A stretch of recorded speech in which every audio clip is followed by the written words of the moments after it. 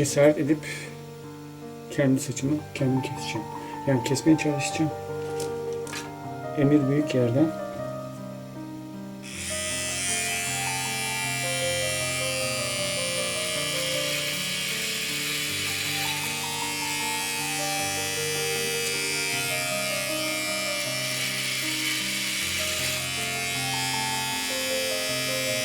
Vallahi gidiyor.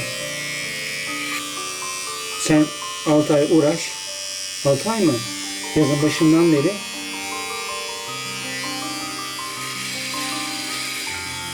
Dökülüyor arkadaşlar, dökülüyor. Saçlarım acayip şekilde dökülüyor.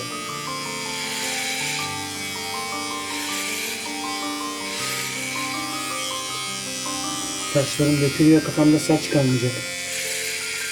O yüzden kesmeye karar verdim. Nasıl görünüyor ama? Ya bir dakika, daha bitmedi böyle. Acayip oldu değil mi?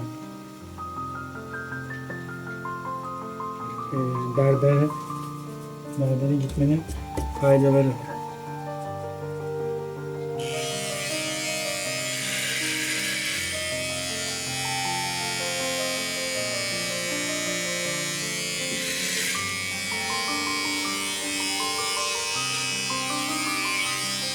Kaç numara yapıyorum ki ben bunu ya? 13 numara.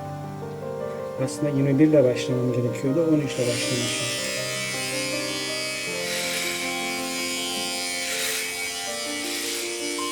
Neden saçlarım beyazlamış arkadaş?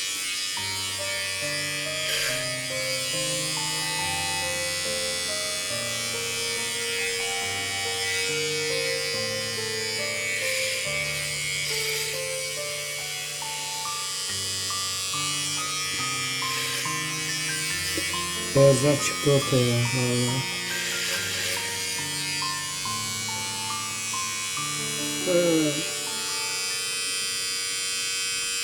Bakın saçlar nasıl?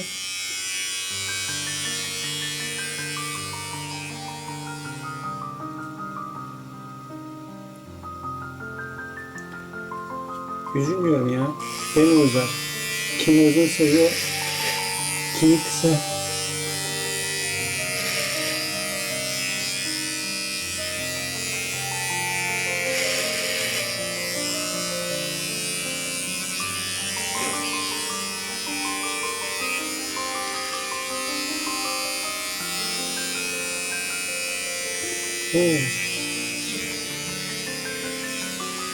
Bundan sonra bu 21 numara galiba ya. 3 numara değil ama.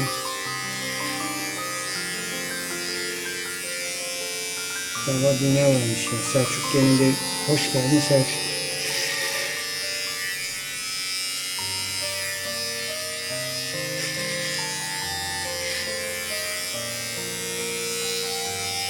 Arkam nasıl? Arkamı göremiyorum.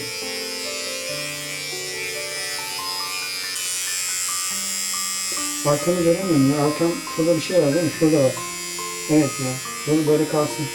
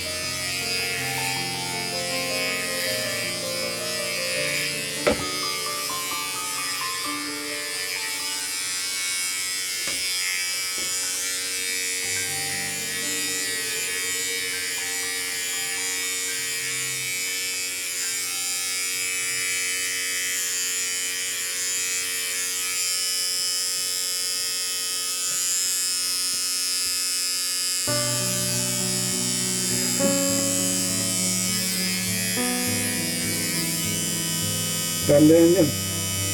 Şurada bak kalmış.